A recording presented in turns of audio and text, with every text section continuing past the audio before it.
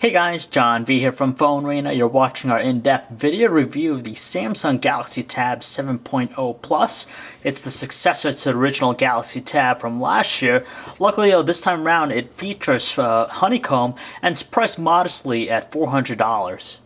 In terms of design, it follows in the same path as the Galaxy Tab 10.1 and 8.9. You could definitely tell the resemblance with it. It's not as thin as those devices, but still fairly streamlined. Easy to hold with one hand, a little bit on the wide side, but nevertheless, we do like the choice of materials. It's plastic all around, which does give it a good lightweight feel, but sturdy feel nonetheless, and also it helps it to keep clean looking at all times. So the tablet utilizes a 7-inch PLS display, 1024 by 600 pixel resolution, which is actually the norm for most 7-inch displays out there in the market. It's good enough to make out fine details, very legible and easy to read. On top of that, we do like the natural looking colors that it produces, very vivid, not quite saturated compared to Super AMOLED displays, but nevertheless, we definitely like the realistic colors that it produces. On top of that, viewing angles are okay, so it's definitely usable, but in outdoor conditions, we still have a tendency to shield it away from the sun. You can clearly tell that the Galaxy Tab 7.0 Plus emulates the look of a smartphone just because it has a speaker right up top here built into the bezel, as well as a front-facing camera. On the right edge of the tablet, we find a dedicated power button and volume rocker. They're very prominent and have a good solid tactile feel when you press them down. And on top of that, you also have an infrared blaster, which combines with the Peel application on board with it. Meanwhile, on the opposite side, left edge, you have just the micro SD card slot there. If you have the 3G version of the tablet, you'll also find a SIM card slot on this side as well. And finally, on the bottom edge, you have the left and right speakers, the proprietary USB connection port for data and charging connectivity, and it looks like another microphone as well. And of course, in the rear, it features a 3.2 megapixel camera, pretty much the same thing you find on the Galaxy Tab 10.1, 8.9 before it, and also an LED flash. To compete with some of the contemporary Honeycomb tablets out there in the market, the Galaxy Tab 7.0 Plus is actually powered by a dual-core 1.2 GHz Exynos processor, the same exact one you find being used on most of Samsung's Galaxy S2 handsets, and it does offer a really great experience. It's pretty fast for the most part, though a little bit more choppiness when you use a live wallpaper, but for the most part, it is more than sufficient for our needs. For basic tasks, it executes with no problems, and overall, definitely peppy. Just like its siblings beforehand, the Samsung Galaxy Tab 7.0 Plus features the Touchwiz Ux Experience running on top of Android 3.2 Honeycomb. There's a lot of personalization, just like any other Honeycomb device out there, with the live panels here. It displays a lot of useful stuff directly from the home screen, whether it be your emails, your messages, the clock, weather, news information, social networking aspects, the calendar. Again, just a lot of stuff you have access to. And on top of that, if you press the bottom here, you gain access to the bar down here, which provides you some of the core applications you could quickly access at any time, and overlays on top of whatever you're doing, which is great when you think about the multitasking aspects about it. One of the nice things offered with the Galaxy Tab 7.0 Plus is the Peel Smart Remote application. It integrates with the IR blaster built into the tablet, so you can actually control your television or your DVR box or your home theater system directly on the tablet, which is nice.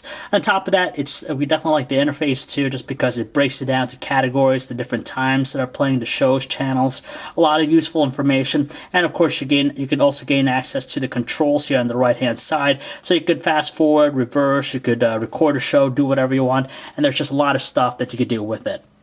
Being a 7-inch tablet and all, using the keyboard could be rather of a challenge just because of the cramped nature, but its responsiveness definitely helps. The portrait options are a lot better just because our thumbs are better able to encompass the entire layout. And you have 3 different options. You have the Samsung keypad, you have swipe, and even the stock Android Honeycomb one. Web browsing is not a problem at all with the tablet. It just offers a resounding experience. Not only does it exhibit a lot of fluid controls as far as pinch gestures and kinetic scrolling, it handles Flash content very well and it doesn't stutter at all.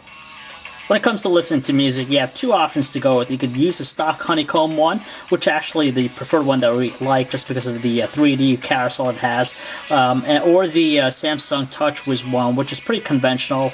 Displays the usual things like the album cover, track information. The other nice things, of course, with the multitasking aspect, you gain access to the music player at any time.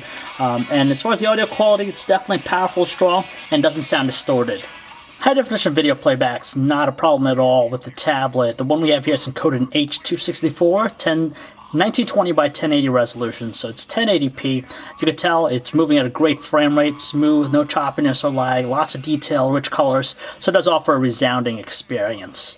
Well, there's no improvement found with the photo taking capabilities with the tablet just because it shares the same 3.2 megapixel camera found in use with prior tablets like the Galaxy Tab 10.1 and 8.9. So overall, they're nothing spectacular. They're good enough for 4x6 printouts. It does a great job with macro shots, but for outdoor shots, details tend to be rather slim, indistinct, kind of faint, and cast this purplish haze over the shot.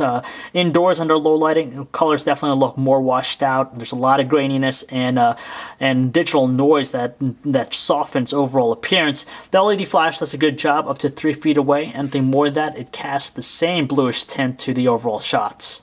Likewise, the Samsung Galaxy Tab 7.0 Plus suffers from the same problems with still images with its 720p videos. We do like the fact that it shoots at 29 frames per second, so it's nice and smooth, and audio recording is crystal clear, but as far as details go, it's pretty much out the door, very faint in that area. On top of that, color production, it could be washed out at times, and in low lighting conditions, there's just a lot of digital noise. One of the satisfying things about the Galaxy Tab 7.0 Plus is that it exhibits a good amount of battery life on a full charge with its 4,000 milliamp hour battery. After using it extensively, we're able to get close to a day and a half of usage on a single charge, so it's more than enough for power and heavy users. You'll easily get by without having to charge it. On the surface, there really isn't a whole lot new to be found with the Galaxy Tab 7.0 Plus, just because we've seen it already on the Galaxy Tab 8.9 and 10.1 before it. We do like the fact that it sports some upgraded hardware under the hood over its predecessor, and the fact that it actually features an IR blaster to give you some light home theater functionality out of the box. Again, that's something that we haven't seen yet out of the Galaxy Tab family, but the biggest thing is, of course, pricing. Now, this guy's going to cost you $400, and when you compare that to some of the other Honeycomb tablets, it's definitely pricey, especially when you think about that the Asus ePad Transformer is the same price. You get a larger display, 10.1 inches versus 7.0. So it's a matter of just overall size. If you're willing to go with a 7-inch model that excels in a variety of areas, then you want to probably think about this guy. A reasonable offering, but if you don't have the money, you might want to think about other solutions out there. So if you'd like to learn more about the Samsung Galaxy Tab 7.0 Plus, you can check out our website, PhoneArena.com. This is John V. Thanks for watching, guys.